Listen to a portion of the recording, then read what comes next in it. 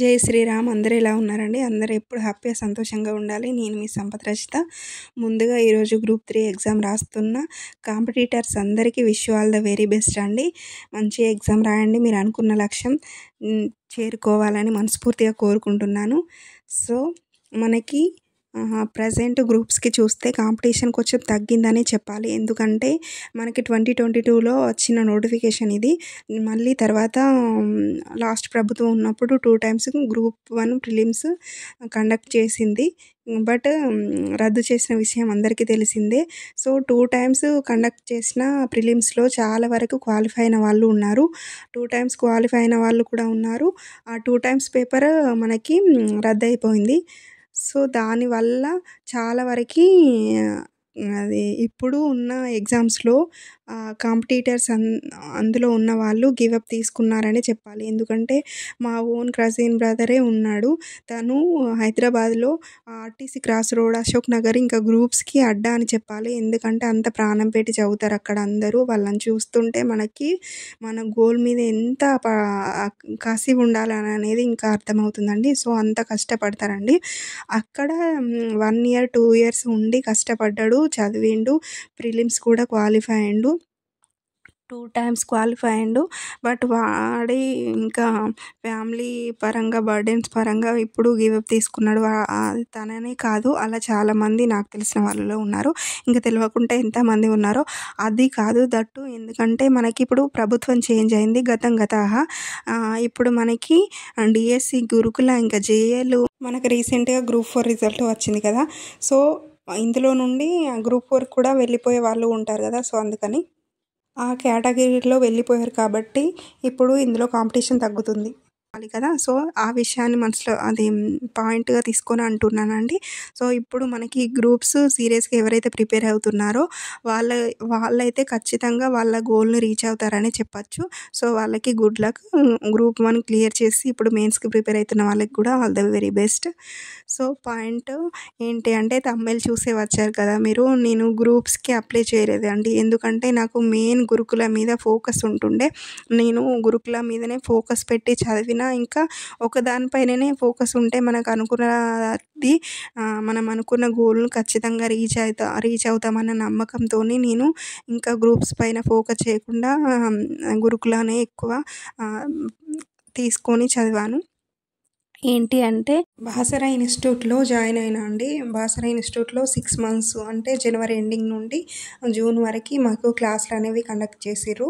అంటే 6 మంత్స్ అనుకోండి. 6 మంత్స్లో మాకు జిఎస్ పేపరే 2 మంత్స్ క్లాసెస్ జరిగినాయండి. అంటే జిఎస్ అనేది కామన్, అన్ని సబ్జెక్టుల వాళ్ళకి కామన్ కాబట్టి 2 మంత్స్ జిఎస్ఏ చెప్పిరండి.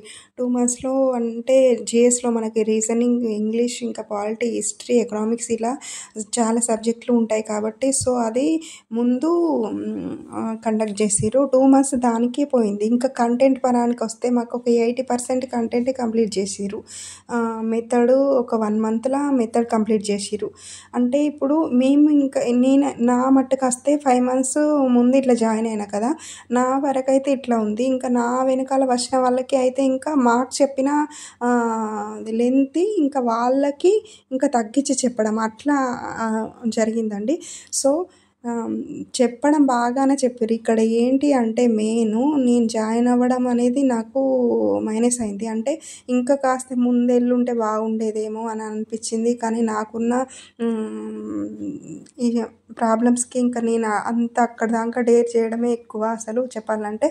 సో అది ఇంకా నా వరకు వస్తే డైలీ మాకు 8 to 8 వరకు క్లాసులు అనేవి కండక్ట్ చేస్తుండే వాళ్ళు. 8 to 8 వరకు అని అంటే మార్నింగ్ 8 మళ్ళీ నైట్ 8 వరకు కండక్ట్ చేస్తుండే. మధ్యలో ఒక 1 అవర్ లంచ్ టైం ఇస్తుండే. ఒక 5-10 minutes టీ బ్రేక్ ఇస్తుండే అంతే. ఇంకా 8 వరకు నైట్ 8 వరకు మేము వస్తుంటే మా హాస్టల్కి వచ్చేసరికి ఒక్కొక్కసారి ఫుడ్ ఉంటుండే, ఒక్కొక్కసారి ఉండకపోతుండే. అట్లా కూడా ఉండే పరిస్థితులు.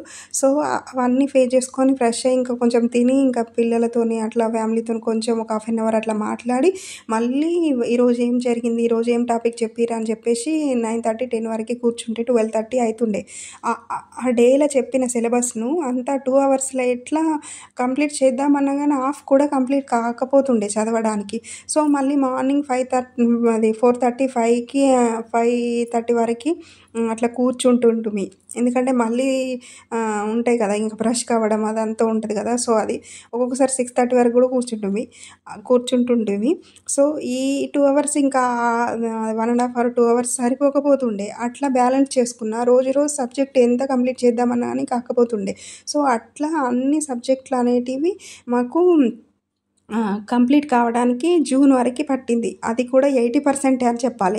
ఎందుకంటే జీఎస్ కంప్లీట్ చేసినా కూడా కంటెంట్ వరకే వస్తాయి. ఇంకా కొన్ని పెండింగ్‌లోనే ఉన్నాయి. కొన్ని సబ్జెక్ట్ కంప్లీట్ అయినాయి, కొన్ని పెండింగ్‌లోనే ఉన్నాయని చెప్పాలి. సో, అది ఇంకా మిగతాదైతే ఒక 1 మంత్‌లో కంప్లీట్ చేసిర్రు. 1 మంత్, 1 ½ మంత్. మాకన్నా లేట్‌గా వచ్చిన వాళ్ళకైతే ఇంకొక 20 డేస్‌లో కూడా కంప్లీట్ చేసిన అట్టు ఉంది. సో, అది మాకు నా వరకైతే ఇంకా లాస్ట్ ఒక 1 మంత్, జూలై మంత్ ఒక్కటే మిగిలిందండి. ఎందుకంటే ఆగస్ట్‌లో ఎగ్జామ్స్. ఆగస్ట్ ఫస్ట్ వీక్‌లో ఎగ్జామ్స్. ఒక 1 మంత్‌లో ఏం చదవడం. ఇప్పుడు డైలీ చదివింది, డైలీ చెప్పిన క్లాస్ ఇంకా డైలీ మనకు ఎంత టైం అడ్జస్ట్ చేసుకున్నా కూడా కంప్లీట్ కాలే. అందులో కూడా ఇన్‌కంప్లీట్‌గానే ఉందని చెప్పాలి. సో, అది ఆ 1 మంత్‌ల ఇంకా హాస్టల్‌లో ఉంటే డిస్టర్బెన్స్, ఇంటికొచ్చినా కూడా ఇంకా ఇంత కష్టపడ్డాం. ఇంకా మళ్ళీ ఇప్పుడు వెనకకొస్తే బాగుండదని చెప్పేసి అక్కడే ఉండి స్టడీ హాల్‌కి వెళ్ళిన నాతో పాటు చాలా నాలాగా ఫ్యామిలీ వదిలేసి వచ్చిన వాళ్ళు కూడా వేరే వేరే సబ్జెక్ట్ వాళ్ళు కూడా వచ్చిర్రు. సో, వాళ్ళు కూడా సేమ్ వే ఇట్లనే ప్రిపేర్ అయ్యారు. ఇంకా మార్నింగ్ 5కి వెళ్ళేదాన్ని అండి స్టడీ హాల్‌కి. 5కి వెళ్ళి ఇంకా 8 వరకు కరెంట్ అఫైర్స్ చూసుకునేదాన్ని. నెక్స్ట్ 8 టు మధ్యాహ్నం 1 వరకి ఇంకా మెథడ్ చూసుకునేదాన్ని. నెక్స్ట్ ఆఫ్టర్ లంచ్ తర్వాత కంటెంట్ 6 వరకు చూసుకునేదాన్ని. తర్వాత ఆ 6 నుండి మళ్ళీ డేలో ఏం చదివినా అన్నది చూసుకునేదాన్ని. అట్లా అయిపోయిన తర్వాత మళ్ళీ ఇన్‌స్టిట్యూట్ వాళ్ళు అదే మాక్ టెస్ట్ కండక్ట్ చేస్తుండే 8 టు 10 వరకి. అది వాళ్ళది పెట్టింది నేను ప్రాక్టీస్ చేసి మళ్ళీ ఇంకా మాక్ టెస్ట్‌లు వేరే సార్ వాళ్ళది కూడా తీసుకున్నా. సో, అట్లా ప్రాక్టీస్ చేసినా కూడా నాకు ఒక్క మెథడే 2 టైమ్స్ రిపీట్ అయింది అంతే. మిగతా కంటెంట్ అంటే ఒక 80% కంప్లీట్ అయిందని చెప్పాలి. సో, కష్టపడ్డాం, కానీ ఇంకా కొంచెం టైం ఉంటే మంచిగుండు. ఎందుకంటే మాకన్నా ముందు జాయిన్ అయిన వాళ్ళు వాళ్ళకి ఆల్రెడీ 2 టైమ్స్, 3 టైమ్స్ రిపీట్ అయింది. వాళ్ళకి ఇప్పుడు జాబ్‌లో జాయిన్ అయ్యారు. జేఎల్, పీజీటీ లాగా సెటిల్ అయిపోయారు. సో, ఏందంటే ఇక్కడ అనేది టైం ఒకటి మైనస్ అయింది. సబ్జెక్ట్ బాగా ఉంది, టైం అనేది తక్కువగా ఉంది. సో, అప్పుడు చేసిన మిస్టేక్స్ ఇప్పుడు అవి కరెక్షన్ చేసుకుంటూ ఇప్పుడు నా ముందు ఏముంది అనంటే, ఇంకా ఇప్పుడు మనకు జాబ్ క్యాలెండర్ అనేది ముందే ఉంది కదండీ. అవన్నీ మనకు ముందే తెలుసు. ఏ ఎగ్జామ్ నోటిఫికేషన్ ఎప్పుడు, ఏ ఎగ్జామ్ ఎప్పుడు కండక్ట్ చేస్తారని. సో, వాటికి నా వేళ నేను ఫ్యామిలీ పరంగా నాకున్న టైంలో పిల్లల్ని చూసుకుంటూ, ఫ్యామిలీని చూసుకుంటూ ఎట్లా ప్రిపేర్ అవుతాననేది మీకు ముందు చెప్తా. సో, నాలాగా ఆలోచించే వాళ్ళకి, నాలాగా హౌస్ వైఫ్‌గా ఉంటూ ప్రిపేర్ అయ్యే వాళ్ళకి ఇది చాలా యూజ్‌ఫుల్ అవుతుందండి. షేర్ చేయండి, లైక్ చేయండి, సబ్స్క్రైబ్ చేసుకోండి, కామెంట్ బాక్స్‌లో కామెంట్ చేయండి.